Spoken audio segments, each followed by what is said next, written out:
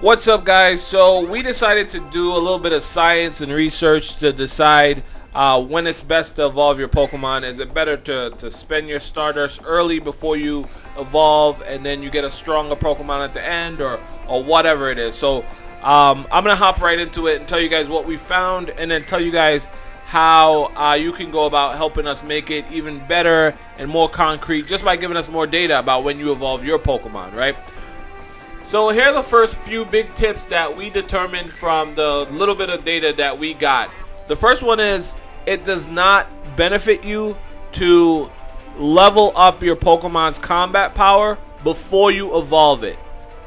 In fact, it might end up costing you way more Stardust in the long run. So you don't want to level up your Pokemon before evolving it. What you want to do is catch or hatch the strongest Pokemon you can, evolve it, and then level up the post-evolution version of that Pokemon. Obviously, the way you catch and hatch stronger Pokemon is to level your trainer's level. So it's more effective to focus on leveling your trainer first if you want to get really strong Pokemon to take out certain gyms. The next tip is that a Pokemon's moveset changes or may change during evolution. So if you're catching a Pokemon with a certain moveset, hoping to evolve it to have a better moveset later on, that doesn't matter. Don't do that anymore. You're pretty much wasting your time. We couldn't find any correlation between the moveset, the typing of a Pokemon's moveset before it evolves and after it evolves. For example, we evolved a Bellsprout that knew Vine Whip and Wrap, and after evolve, the Weeping Bell had Acid and Seed Bomb, which is just the complete opposite in typing. The next two tips might be fairly obvious, but just in case you're not aware, 3-stage Pokemon, so Pokemon like Charmander, for example, Charmander, Charmeleon, Charizard, they get less combat points per evolution. Whereas 2-stage Pokemon, sometimes you can see their combat power double, or even more than double.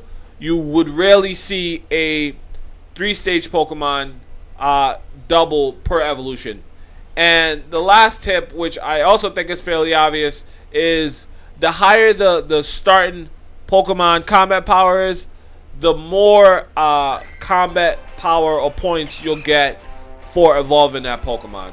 So if you have a Charmander at 300 and you evolve it, it might end up at 500. If you have a Charmander at 500 and you evolve it, it might end up at 850. So you'll get more for evolving it at a higher level. Okay, let me put up the data that we found so far. It's just a small sample. So let's talk about this little bit of data. Let's talk about some of our theories and how you can go about helping us confirm or deny some of these theories. The first one is, so the first Pokemon we evolved was Bellsprout. It had a starting combat power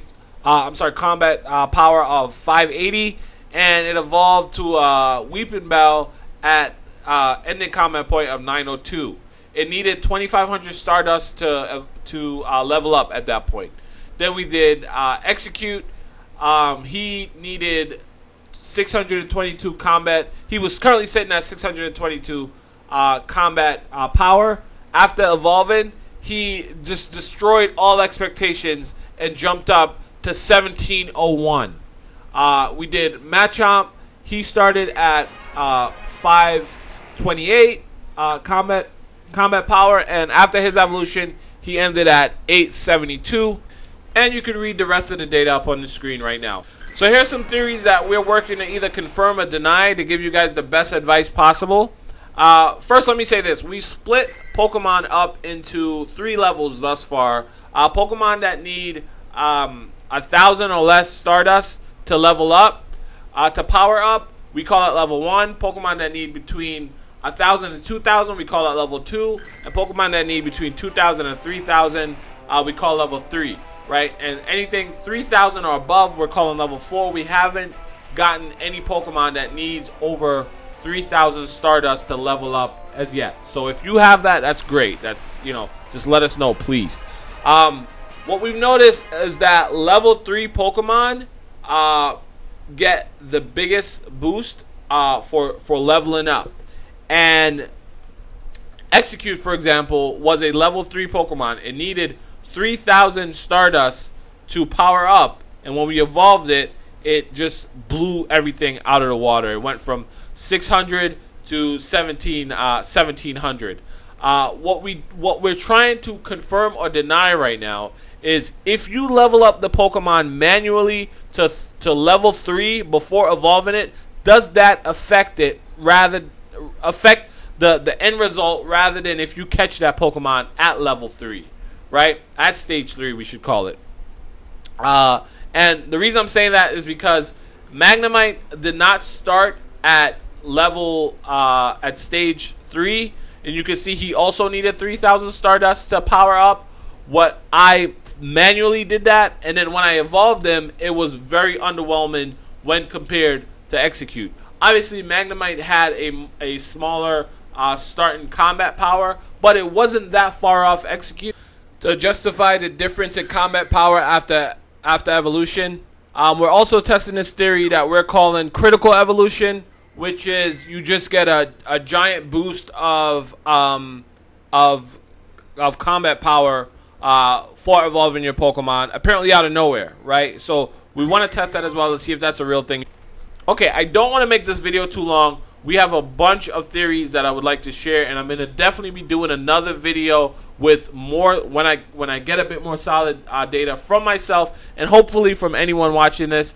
If you guys are watching this and you want to help out what we're doing, just leave in the comments below. Whenever you're going to evolve a Pokemon, come back to this video and leave the Pokemon name, leave its starting combat power, its ending combat power, the Stardust that was needed to power up that Pokemon, and if that Pokemon had any extra large or extra small statuses on its height or weight, because that's another thing that we're tracking.